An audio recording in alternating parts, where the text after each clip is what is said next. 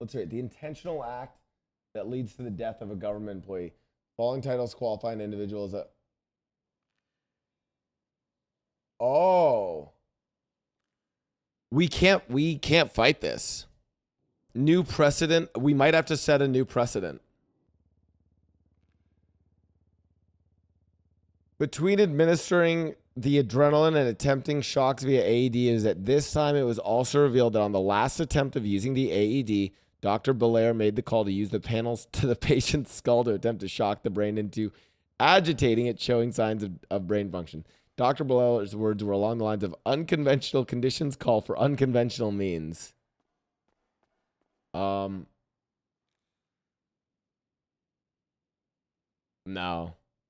Chat.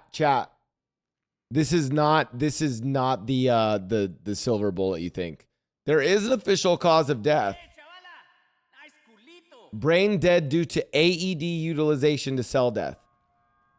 Secondary injury from AED shock to brain attempts for resuscitation.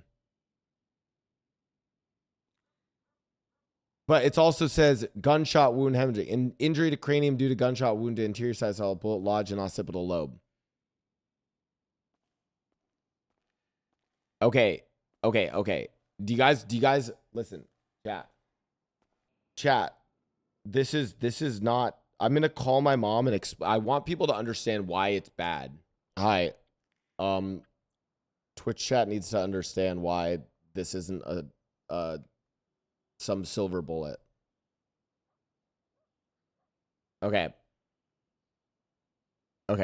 So when we talked about, and this is good for, I think this is also good for people to understand like legal stuff in general.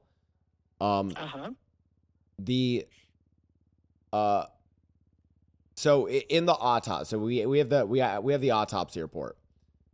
Yeah. For their reasoning of death, they said there was a gunshot wound / hemorrhaging, injury to cranium due to gunshot wound to anterior side of the skull, bullet lodged in occipital lobe.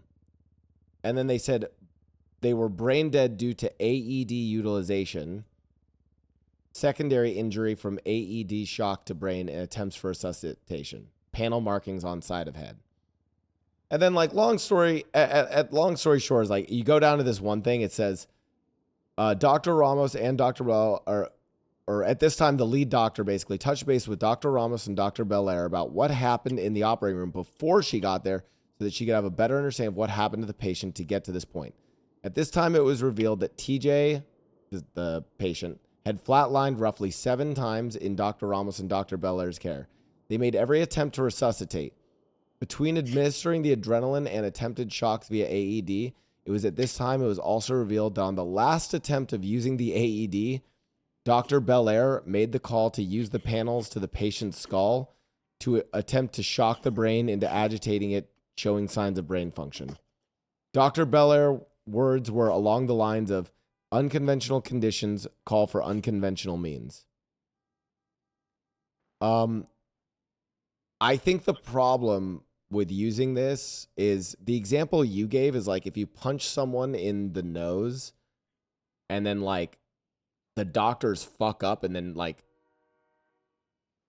kill that person like via, I don't know, like an infection or something. That's like where it like, it's basically, I think what my chat doesn't understand is you are liable if you hurt someone. Like, yes, you are liable. The doctors are not liable. If you shoot someone in the head, it really doesn't matter whatever the fuck the doctors do. You're guilty of shooting them in the head and whatever happens afterwards. That would be, I think, a fair analysis. Like the doctors would have to really have done something, like they would have had to have literally put another bullet in their head. Something similar. Let's put it this way. I mean, you could understand this one too. Person has a, it's, a brain injury because of being shot in the head.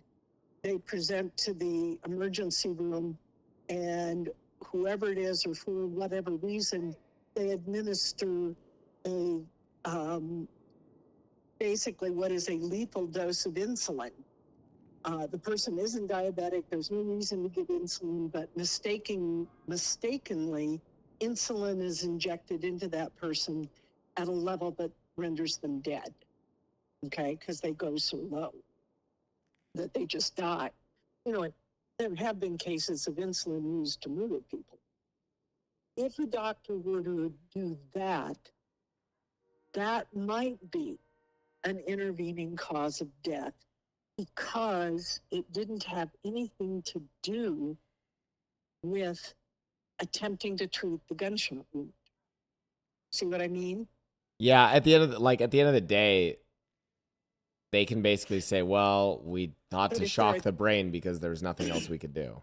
Right. If they're attempting to treat the gunshot wound, and obviously there's evidence that he was succumbing, dying because of it, because he kept flatlining on them.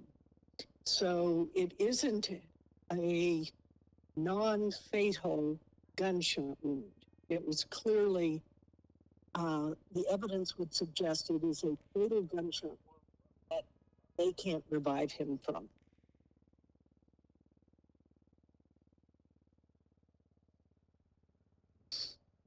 Does that make sense?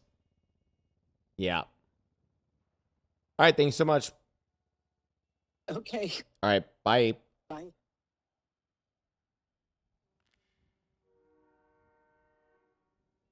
Yeah. I mean, guys, listen, the reality is he'd flatlined seven times. Like, you're kind of at a point where it's like, well, the doctors were already trying to like you can't be like, oh, but the doctors screwed up here. It's like, no, the doctors would have to like do something. I mean, you could argue AED to the head is just so insane, but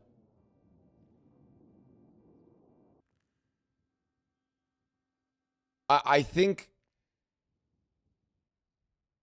do you know the only line that we could argue here is what went on in Dr. Ramos and Belair's? You know what we could argue? But even then, this is just saying they're shitty doctors. Like, at the end of the day, the only argument I could make is Dr. Grayson comes. She's already questioning why they have 6 sites of needle entry on his arms, 8 panel irritation marks. Like, you could argue that Dr. Grayson comes into doctors just doing a horrible fucking job. Yeah, the other thing is like it's role play, guys. This is nitpicking. This is like they're role playing out a scene where the guy died, and at the end of the day, you could say, "Hey, you didn't have the best like chat. If someone gets shot and then you're taken to a not good doctor and you die because you didn't have the best doctor, that doesn't fucking matter. It doesn't matter if you went to mom and pop doctor shop down the street or fucking houses, A-list doctors or whatever. It's like you still shot the guy and they died.